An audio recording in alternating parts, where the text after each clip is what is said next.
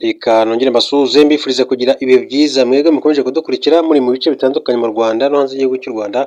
Hanyuma reka tuganire kuri General Firmo uyu nguyu, ariko kandi nongere mbabwire amakuru akomeye cyane avuga kuri Neri Mukazayire. Uyu nguyu ni Minisitiri wa Siporo mu gihugu cy'u Rwanda, mwaramumenye cyane by'umwihariko muri UCI cyangwa se mu irushanwa ry'amasiganwa y'amagare ryabereye mu gihugu cy'u Rwanda. Ni inkuru itunguranye cyane kuri Neri Mukazayire. Uyu mugore rwose akaba ari umugore ukomeye cyane cyangwa se umaze kugira ijambo rikomeye cyane mu butegetsi bw'igihugu cy'u Rwanda. Ariko mbere gato ko twinjira ku makuru neza nyirizina aho kuri Neri Mukazayire, reka mbanze mbabwire amakuru y'ingenzi akomeje kugenda avugwa. Babwire ko kuva Donald Trump yajya ku butegetsi muri manda ye ya kabiri yahindutse ndetse akaba yarahinduwe n'ibintu byinshi cyane mu ngeri zose. Politiki ya Amerika kandi yarahindutse iyo kureba inyungu zayo kurusha ibindi byose. Imikoranire yayo n'ibindi bihugu ihindura isura mu buryo bugaragara. Bigeze ku mugabane w'Uburayi bihumira kumira ari. Perezida Donald Trump asanga umugabane w'Uburayi ukomeje gusubira inyuma ku kigero kidasanzwe, yaba mu bukungu, muri demokarasi, mu ndangagaciro no mu mibereho y'abaturage. Ni amagambo asigaye avuga adaca ku ruhande mu ruhame, ndetse bigera n'aho ashyira muri gahunda nshya umutekano ku bikorwa by'igihugu cye. Bwana Trump asobanura ko Uburayi bufite ikibazo cy'abaturage bakuze n'ikibazo cy'ubwiyongere bw'abimukira. Asanga kandi n'imbyaro mu Burayi zikomeje kandi kugabanuka cyane, kuko umugore umwe abarirwa abana 1.6 aho kuba 1.1 mu kigero cyiyemejwe. Iyo bigeze ku byerekeye ubukungu n'igisirikare bihumira ku mirari, kuko atemera ko Uburayi bukomeza kwiringira igihugu cye ku musanzu utangwa muri NATO. Uburayi kandi bwatangaga 1.9% muri 2024 by'umusaruro mbumbe, nubwo muri 2025 kandi buzamura bigera kuri 2.1%, mu gihe Amerika kandi ari 2.9%. Uburayi kandi rero bwihariye 25% by'umusaruro mbumbe w'isi, umutungo muto ugereranyije na Aziya, gusa ukomeje kandi kujya hasi umwaka ku wundi. Ibintu bituma rero Trump atangira kandi gukura amaboko kuri uyu mufatanyabikorwa we. Ibi byose kandi byatumye ibihugu byinshi cyane by'i Burayi bitangira guhungabana, bibona ko amazi atari yayandi. Ku rundi ruhande kumva neza, akataje gahunda kandi yo kwigarurira agace ka Greenland. Ibintu nabyo byaciye igikuba mu Banyaburayi. Ibi n'ibindi byinshi cyane nibyo rero byagiye bikomeza kugenda bivugwa muri rusange. Hanyuma mu yandi makuru akomeza kugenda avugwa, reka tugaruke kuri Madame Neri Mukazayire. Ati dushaka kuba abantu bakira ndetse bagatsinda. Minisitiri Mukazayire, Minisitiri wa Siporo Neri Mukazayire yatangaje ko igihugu gifite ubushobozi bwo kwakira imikino inyuranye, ndetse kandi bagerageza kuyitegura neza kugira ngo iheshe u Rwanda ishema mu bijyanye no gutegura ibikorwa bitandukanye, ariko bigomba kandi kumenya ko kwakira imikino yose gusa ahubwo bagomba no gutsinda. Yabitangaje mu kiganiro yagiranye na RBA ku itariki 21 Mutarama 2026. Hatangira kandi imikino y'igikombe cy'Afurika cya handball mu Rwanda cyitabiriwe n'amakipe 16. U Rwanda kandi rwakinnye na Zambia umukino ufungura irushanwa ruyitsinda amanota 30-19. Minisitiri Mukazayire yavuze ko kwakira amarushanwa bifasha kugaragaza isura nziza y'igihugu. Icya kabiri kandi biteganywa ko bikomeza gutanga amahirwe yo gukina, yo kugira ngo ari twebwe turusheho kandi guhatana ndetse no kurushanwa. Ati uko ibyo byose biza niko turushaho kandi gutegura amakipe yacu, kuko ntabwo tugishaka kuba abantu bakira gusa, dushaka kuba abantu bakira bagakina bakanatsinda. Kwakira imikino yo ku rwego mpuzamahanga kandi bijyana no guteza imbere urwego rw'ubukerarugendo muri muzambere zinjiriza igihugu cy'u Rwanda amadevize. Imikino y'igikombe cya Afurika ya handball izasozwa ku itariki 31 Mutarama 2026 yitabiriwe n'ibihugu bya Algeria, Angola, Benin, Cameroon, Cap Vert, Repubulika ya Demokarasi ya Congo, Misiri, Gabon, Guinea, Kenya, Maroc, Nigeria, u Rwanda, Tunisia, Uganda ndetse n'igihugu cya Zambia. Rero ayo makuru akomeza kugenda avuga. Zunze Ubumwe za Amerika yitwa Air Force One. Amakuru aturuka muri Amerika aravuga ko indege rero ya Air Force One yari itwaye Donald Trump yaje guhura n'ikibazo gikomeye cyane. Byagenze bite? Byose bikubiye muri amakuru tugiye kubagezaho muri aka kanya. Turaza kandi kugaruka no ku makuru atandukanye, mbabwire yuko Repubulika ya Demokarasi ya Kongo yatanze urutonde rw'amabuye y'agaciro abanyamerika bagomba gucukura. Ubutegetsi bwa Repubulika ya Demokarasi ya Kongo bwohereje Minisiteri y'Ububanyi n'Amahanga ya Leta Zunze Ubumwe za Amerika urutonde rw'amabuye y'agaciro abanyamerika bazajya bacukura ndetse bakanayatunganya. Abayobozi babiri bo muri RDC batanze ko amazina kandi yabo banze ko batashatse ko amazina yabo amenyekana, babwiye ibiro ntaramakuru Reuters ko uru rutonde rwoherejwe Washington DC mu cyumweru gishize. Imwe mu nkuru turaza kugarukaho. Hanyuma ikinyoma karundura cyandayishimiye wasanishije Red Tabara M23 n'ingabo z'u Rwanda. Turaza kwigarukaho ku buryo burambuye, ariko kandi haza no kubabwira ko mu butabera mu Rwanda uwitwa DJ Toxic uyu nguyu yahawe igufungwa iminsi 30 y'agateganyo. Urukiko rw'ibanze rwa Nyarugenge rwanzuye ko Shema Arnaud uzwi nka DJ Toxic afungwa iminsi 30 y'agateganyo bitewe n'uko hari impamvu zikomeye zituma akekwaho ibyaha bitatu muri bine akurikiranyweho. Umucamanza asobanuye ko Shema agiye gufungwa by'agateganyo kugira ngo atabangamira iperereza rikomeje ndetse no kugira ngo atazatoroka ubutabera mu gihugu cy'u Rwanda. Hari makuru ndaza kubabwira ni uko u Rwanda rwashyikirije Loni raporo yo ku burenganzira bwa muntu rushimangira intambwe idasubira inyuma rwateye. Minisiteri y'Ubutabera y'u Rwanda yashyikirije agashami k'umuryango w'abibumbye gashinzwe uburenganzira bwa muntu raporo ikubiyemo ibyagezweho ku myanzuro 160 ijyanye no kurengera uburenganzira bwa muntu rwahawe. Ibikubiye muri iyo raporo kandi byatangiye gushyirwa mu bikorwa muri 2021, ni ukuvuga ko haciye imyaka igera kuri 5 u Rwanda rwahabwaga imyanzuro 160 ijyanye n'uburenganzira bwa muntu, ariko rwemeza gushyira mu bikorwa igera ku 160. Bivuze ngo ijyanye igera ku 100 u Rwanda rwarayanze. Ikaze muri amakuru rero. Duhere kuri iyi nkuru uko nabivuze. Air Force One yari itwaye Donald Trump yahagaritswe igitaraganya kubera amashanyarazi mu nzira yerekeza i Davos mu Suisse. Indege ya Air Force One yari itwaye Perezida Donald Trump yahuye n'ikibazo gitunguranye cyatumye ihagarika urugendo igitaraganya nyuma y'iminota mike igeze mu kirere.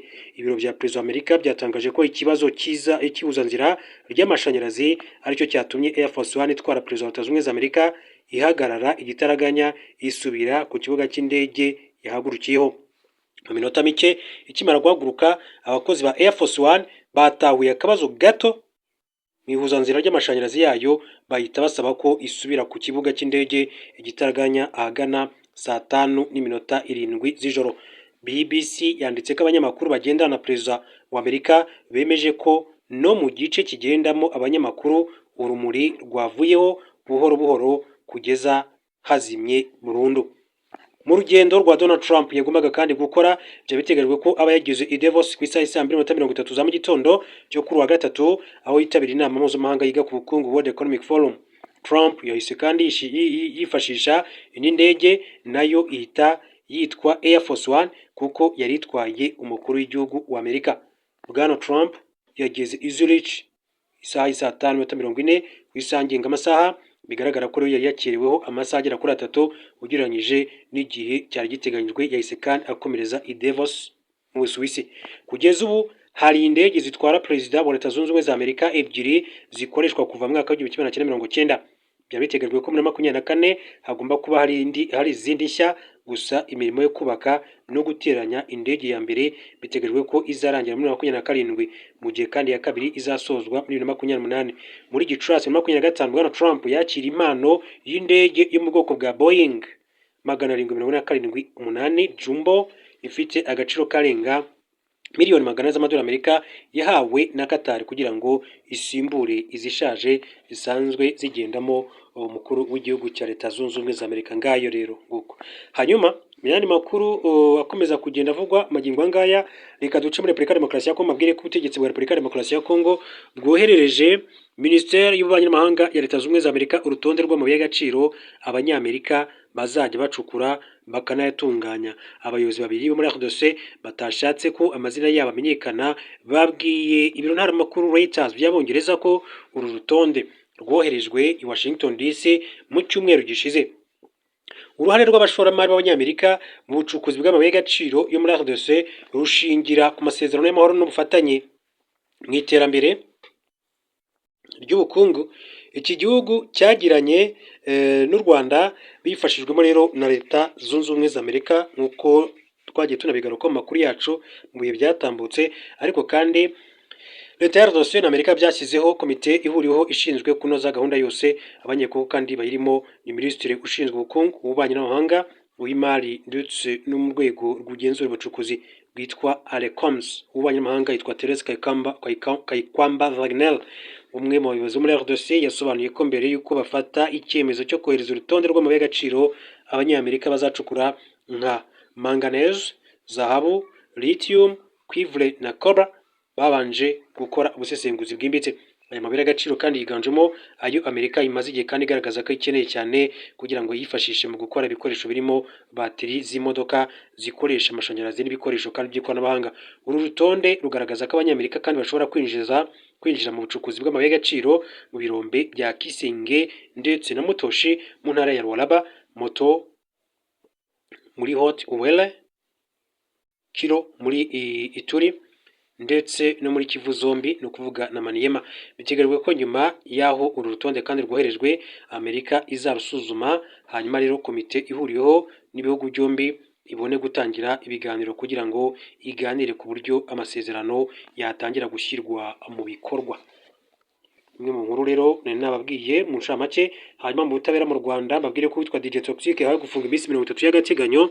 Urukiko rw'ibanze rwa Nyarugenge mu mujyi wa Kigali rwanzuye ko Shema Arnaud uzwi nka DJ Toxic afungwa iminsi 30 y'agateganyo bitewe nuko hari impamvu zikomeye cyane zituma akekwaho ibyaha kandi bituma 3 muri 4 akurikiranwe. Umucamanza kandi yasobanuye ko Shema agiye gufungwa by'agateganyo kugira ngo atabangamira iperereza rikomeje ndetse no kugira ngo adatoroka ubutabera. Shema yatawe muri yombi tariki 21 Ukuboza 2025 nyuma yo kugonga umupolisi wari mu kazi agahita yitaba Imana. Akurikiranyweho icyaha cyo guhunga umaze gukora icyaha cyangwa se guteza impanuka, ubwicanyi budaturutse ku bushake, gukora ibikorwa byerekeye ibiyobyabwenge cyangwa se urusobe rw'imiti ikoreshwa nkabyo, n'icyo kwanga gupimishwa icyuma gipima alcohol mu mubiri. Ibyo ni byaha rero bikomeye cyane akomeje kugenda akurikiranwa. Hanyuma Minisiteri y'Ubutabera y'u Rwanda yashyikirije agashami k'umuryango w'abibumbye gashinzwe uburenganzira bwa muntu raporo ikubiyemo ibyagezweho ku myanzuro 160 ijyanye no kurengera uburenganzira bwa muntu rwahawe. Ibikubiye muri iyo raporo kandi byatangiye gushyirwa mu bikorwa muri 2021 ubwo u Rwanda rwahabwaga inguzanyo. Imyanzuro 160 ijyanye n'uburenganzira bwa muntu ariko rwemeza gushyira mu bikorwa 160. Minisitiri w'Ubutabera akaba ari n'umwa nkuru ya Leta Dr Ugirashebuja Emmanuel ari kumwe na Ambassadeur Urujeni Bakuramutsa ahagarariye u Rwanda muri Loni ndetse no mu yindi miryango mpuzamahanga iherereye i Geneve. Umuyobozi mukuru w'ikigo cy'igihugu cy'ibarushamibare Murenzi Ivan ndetse n'umuyobozi mukuru wa RGB Rwanda Governance Board Dr Doris Wiceza kuri 21 Mutarama 2023 yagaragaje ko iyo myanzuro yashyizwe mu bikorwa ku ijanisha rigera kuri 97%. Iyo myanzuro ikubiyemo kandi bigize ubuzima bw'igihugu bwose bikorwa mu kubahiriza uburenganzira bwa muntu. Bivuze ko iyo raporo kandi ifasha igihugu kumenya ngo gihagaze mu kubahiriza uburenganzira bwa muntu hagendewe ku biteganywa na Loni. Minijust Minisiteri y'Ubutabera igaragaza ko muri imyaka igera kuri 5 yahuguye abakora mu nzego z'umutekano n'iz'ubutabera bagera kuri 3,000 mu kwihutisha ibirego, kubahiriza uburenganzira bw'uburana ndetse no kurwanya iyicarubozo. Hahuguwe kandi abakora mu nzego zishinzwe ishyirwa mu bikorwa ry'amategeko barimo abayobozi n'abacamanza bagera kuri 673 bahuguwe mu byiciro bigera kuri 22. Komisiyo y'igihugu y'uburenganzira bwa muntu umwaka w'ingengo y'imari 2022-2023, iyo raporo igaragaza ko yakoze ubugenzuzi mu magororero 40 na za kasho 103 ireba uburyo uburenganzira bwa muntu bwubahirizwa. Muri iyo myaka itanu kandi abantu bagera ku 9,328 bari mu byiciro bifatwa nk'iby'abanyantege nke bahawe ubwunganizi mu by'amategeko ku buntu, hamwe n'abandi barenga 7,000 bakorewe ihohoterwa rishingiye ku gitsina barabuhabwa. Minijiste kandi igaragaza ko u Rwanda nk'igihugu gifite imiyoborere myiza ku rwego rwa Afurika, nk'uko binagaragazwa n'intonde zitandukanye binajyana kandi imitangire ya serivisi, aho muri iyi myaka itanu serivisi zatangirwaga ku rubuga Irembo zavuye kuri 89 zigera kuri 220. Muri iyo myaka kandi uburyo abaturage bishimira serivisi za leta byavuye kuri 76.2% bigera kuri 89.6% muri 2024. U Rwanda rwagaragaje ko mu rwego rw'iterambere rwabashije kandi guhanga imirimo, aho guhera muri 2022 kugeza muri 2025 hahanzwe imirimo irenga 900,000. Rwerekanye kandi ibijyanye n'ingingo zifite umuriro w'amashanyarazi, ni kuvuga ingo byazamutse cyane mu Rwanda ugereranyije n'uko byari bimeze mu myaka y'ibihumbi 2000 bigera kuri 84% muri 2024, harimo amashanyarazi, imirasire y'izuba n'afatiye ku miyoboro mugari. Abatunze telefone bavuye munsi y'10%, ubu bakaba kandi bageze hejuru ya 86%. Byafashije mu kugera kandi uburenganzira bwo kubona amakuru, kudahezwa no gukoresha ikoranabuhanga. Ku bijyanye n'amazi meza 94% babasha kandi kubona amazi meza. Muri 2024 kandi u Rwanda rwashyize umukono ku masezerano ya Budapest yerekeye kurwanya irondaruhu rikorerwa kuri murandasi. Muri 2023 kandi nabwo havuguruwe itegeko nshinga hagamijwe kurushaho kandi kubahiriza uburenganzira bwa muntu ndetse no kugabanya ikiguzi cy'amatora. Minijiste muri 2024 kandi yatangije ikigo ADEL gifasha mu guteza imbere umuco wo gukemura amakimbirane abantu bagifite hakoreshejwe kandi ubuhuza, kikaba kandi kimaze gukemura ibirego birenga 12,000 byatumye hazigamwa miliyari 7 z'amafaranga y'u Rwanda. Mu bijyanye n'ubuzima, u Rwanda kandi rwerekanye ko rukomeje gutera intambwe yo gufasha abanyarwanda kugera ku burenganzira bwo kwivuza binyuze mu ngamba zashyizweho. U Rwanda kandi rwabashije kugabanya impfu z'abana bari munsi y'imyaka igera kuri 5, aho ubushakashatsi bwa DHS beruka bwerekanye ko zagabanutse bigera kuri 36 mu bana 1025 bavuye kuri 45 muri 2020. Ibitaro byazamuwe bigezwa kandi ku rwego rwo kwigisha rwa kaminuza. Minisitiri w'ubutabera yongeye kandi kugaragaza ko u Rwanda rwabashije kandi guhangana n'icyorezo cya Marburg mu gihe gito, ndetse na gahunda yatangijwe yo gukuba 4 umubare w'abakora mu rwego rw'ubuzima. Iyo raporo kandi igaragaza ko ikigo cy'igihugu gishinzwe ubuziranenge bw'ibiribwa n'imiti mu Rwanda cyabashije kandi kwinjira mu cyiciro cya 3 mu kubahiriza ibiteganywa n'umuryango mpuzamahanga wita ku buzima OMS. Ni icyiciro kirimo ibihugu 18 ku isi, ndetse u Rwanda rwari rubaye igihugu cya 8 kibigezeho muri Afurika. Iyo raporo kandi igaragaza ko hashinzwe Minisiteri y'Ubumwe bw'Abanyarwanda n'inshingano mboneragihugu mu rwego rwo kurwanya jenoside ndetse no kurushaho gusigasira ubumwe mu kurwanya jenoside, kandi u Rwanda rwashyize mu bikorwa ibyasabwaga bituma ishami ry'umuryango w'abibumbye ryita ku bumenyi, uburezi n'umuco UNESCO muri 2023 rishyira mu murage w'isi inzibutso 4 za jenoside yakorewe Abatutsi. Muri imyaka y'itanu kandi iyo raporo igaragaza ko ubukene bwagabanutse kuva kuri 39.18% bugera kuri 27.4%, kandi abagera kuri 1.5 miliyoni bava mu bukene bukabije. Ibyo byagizwemo uruhare na gahunda zitandukanye zirimo VUP, gushyigikira abadafite amikoro, abafite ubumuga n'ibindi bigamije kandi gukora abaturage mu bukene, guhanga imirimo ndetse no kwigisha abantu ibijyanye no kwikura mu bukene. Mu bijyanye n'uburezi nk'uburenganzira bwa ngombwa, hubatswe ibyumba by'amashuri 20,781 mu myaka igera kuri 5, ibigo by'amashuri bishya 650 kandi byajyanye no kongera ibigo bishobora kandi kwigisha abafite ubumuga n'abarimu babigisha. Yanerekanye kandi ko ingengo y'imari igenewe urwego rw'uburezi mu Rwanda yakomeje kugenda yiyongera, amashuri ariyongera, uburezi budaheza, abana bata ishuri baragabanuka n'ibindi. Mu bikubiye muri iyo raporo kandi harimo n'indi mibare itandukanye igaragaza ibyakozwe mu kwita ku burenganzira bwa muntu, irimo kongera abagore ndetse mu nzego zifata ibyemezo. Dr Ugirashebuja, Minisitiri w'Ubutabera mu Rwanda, yagaragaje ko uretse kugira umubare munini cyane mu nteko ishinga amategeko, ariko u Rwanda rufite abayobozi bakuru b'abagore barimo perezida w'urukiko rw'ikirenga, umushinjacyaha mukuru, umuvunyi mukuru n'abandi batandukanye. Ibijyanye no kwita ku mpunzi, yagaragaje ko u Rwanda rwabishyizemo imbaraga, aho kuri rucumbikiye impunzi zinyuranye zirimo abanyeshuri bo muri Afghanistan n'abo muri Sudani. Harimo kandi ibipimo by'ibyo u Rwanda rwakoze mu kurengera ibidukikije, aho ikigo cya Green Fund kimaze gutanga arenga miliyoni 277 z'amadolari Amerika yafashije imishinga 34 hanze imirimo irenga 100,000. U Rwanda kandi rwerekanye ko rwanatangije isoko rya carbone ryitezweho gufasha mu kugabanya ingaruka z'imihindagurikire y'ibihe. Ibihugu bitandukanye byashimye u Rwanda binatanga imyanzuro rugomba kandi gushyiramo imbaraga.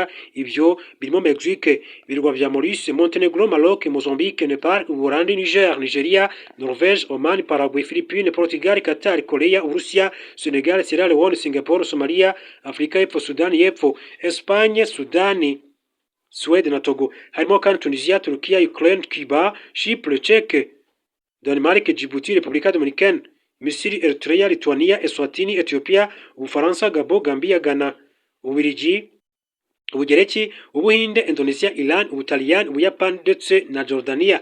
Mu byo bihugu byasabye u Rwanda harimo kandi gushyira imbaraga mu guha urubuga imiryango itari ya leta ubwisanzure mu gutanga ibitekerezo n'ubwitangazamakuru n'ibindi bitandukanye. Minisitiri Dr Girashebuja yashimye ibihugu byatanze imyanzuro ku Rwanda, asaba ko ibifite ibyo rushinja u Rwanda kutubahiriza byajya bibitangira n'ibimenyetso kugira ngo bizafashe mu gukurikiranwa n'inzego zibishinzwe mu Rwanda. Agatonga ariko kandi umuyobozi mukuru w'urwego rw'igihugu rw'imiyoborere RGB Dr Wikeza Doris yibukije ko u Rwanda rufite ubwisanzure bw'itangazamakuru n'ubwo gutanga ibitekerezo kandi ko mu Rwanda nta muntu n'umwe wafunzwe cyangwa ngo akurikiranwe kubera ari umunyamakuru. Yibukije ko u Rwanda rwavuguruye itegeko rigenga imirimo itari ya leta muri 2024 mu rwego rwo kunoza imikorere yayo mu buryo bwubahirije amategeko. Isuzuma ku ibahirizwa ry'uburenganzira bwa muntu ku bihugu ryatangiye muri 2006, u Rwanda ruryinjiramo 2011, ruhabwa imyanzuro 37, rusubiramo 2015 rugaragaza uko rwashyize mu bikorwa, ruhabwa indi igera kuri 50. Iyo yararangiye muri 2020, ruhabwa indi 60 muri 2021, ari nayo rwatanzeho raporo y'ishyirwa mu bikorwa ryayo. Iyi raporo rero ikomeye cyane yagarutsweho hanyuma igenda satira umusozo w'amakuru yacu. Mbabwire ko Perezida Evariste Ndayishimiye w'igihugu cy'u Burundi yongeye kugaragaza u Rwanda nk'ikibazo ku mutekano mu karere, avuga ko utatandukanywa n'ingabo zarwo n'imitwe ya raditabara M23 irengagiza ubufatanye bwe n'ingabo za Repubulika ya Demokarasi ya Kongo FARDC n'umutwe wa FDLR ugizwe n'abasize bakoze jenoside yakorewe abatutsi wahawe intebe muri icyo gihugu cyo mu burengerazuba bw'u Rwanda, Repubulika ya Demokarasi ya Kongo. Ibyo bigarutseho mu kiganiro kandi yagiranye n'umunyamakuru witwa Hariana Veras Victoria, umwe mu bazwi ho kuba ari umuzindaro w'ubutegetsi bwa RDC n'abambari babo. Uyu munyamakuru wabazaga mu rurimi rw'icyongereza Ndayishimiye akamusubiza mu gifaransa. Ikiganiro kirambuye cyatambutse kuri Radio et Television Nationale du Congo gifite iminota 47, ariko igice kinini cyane nicyo kwibasira u Rwanda. Mu magambo Ndayishimiye avuga ku bibazo by'umutekano muke muri Burasirazuba bwa Congo, yashinje u Rwanda kuba ari rwo ntandaro y'ibibazo by'akarere, arugaragaza nk'udashyigikiye amahoro. Ndayishimiye yatangiye kandi ashima ko u Rwanda na RDC byashyize umukono ku masezerano y'amahoro bifashijwemo na Leta Zunze Ubumwe za Amerika, ariko yongera no kwinyuramo ayanenga, agaragaza ko nta musaruro yatanze. Numvaga ko ubwo imiryango mpuzamahanga ibireba, igihugu gikomeye nka Amerika kikaba kandi cyarafashije muri ayo masezerano, no kuri inshuro amasezerano azashyirwa mu bikorwa, ariko nyuma nasanze ari binyoma kubera ko akimara gusinywa intambara y'isi itangira. Byanteye ubwoba, ariko ntekereza ko kugira ngo ikibazo ugikemure nuko ushyira ku meza impamvu nyayo yacyo.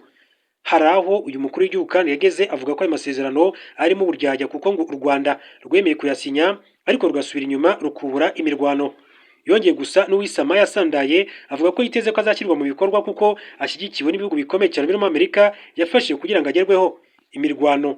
Ndayishimiye yavuze ko yakomeje yabereye mu bice bitandukanye byo mu kibaya cya Rusizi, yasize umujyi wa Uvira ugiye mu biganza bya mama kwa gatatu mu rwego rwo gufasha abaturage bo muri ibyo bice bari bamaze igihe bakorerwa ihoterwa, batotezwa, abandi bakicwa n'ingabo za FARDC z'u Burundi, Wazalendo na FDLR.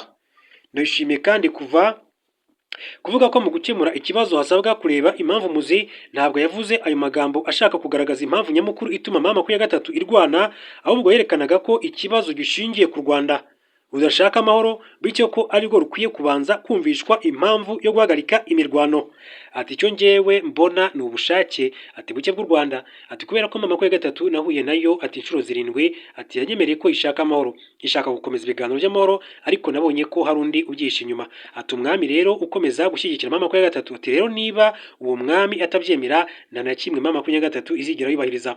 Yakomeje agira ati rero ntekereza ko ubu ari umwanya wo gutuma u Rwanda rwumva neza, ati mu gihe kandi u Rwanda rwaramuka rubyemeye nzi ko amahoro yaboneka muri RDC. Yavuze ko mu gihe kandi utazi impamvu y'intambara byagorana kubona igisubizo, yemeza kuba azi neza ko u Rwanda ariko gashoza ntambara nubwo rubihakana, bityo ko bigoye kubona igisubizo kirambye. Yavuze ko igishoboka ari uko umuryango mpuzamahanga kandi wagira icyo ukora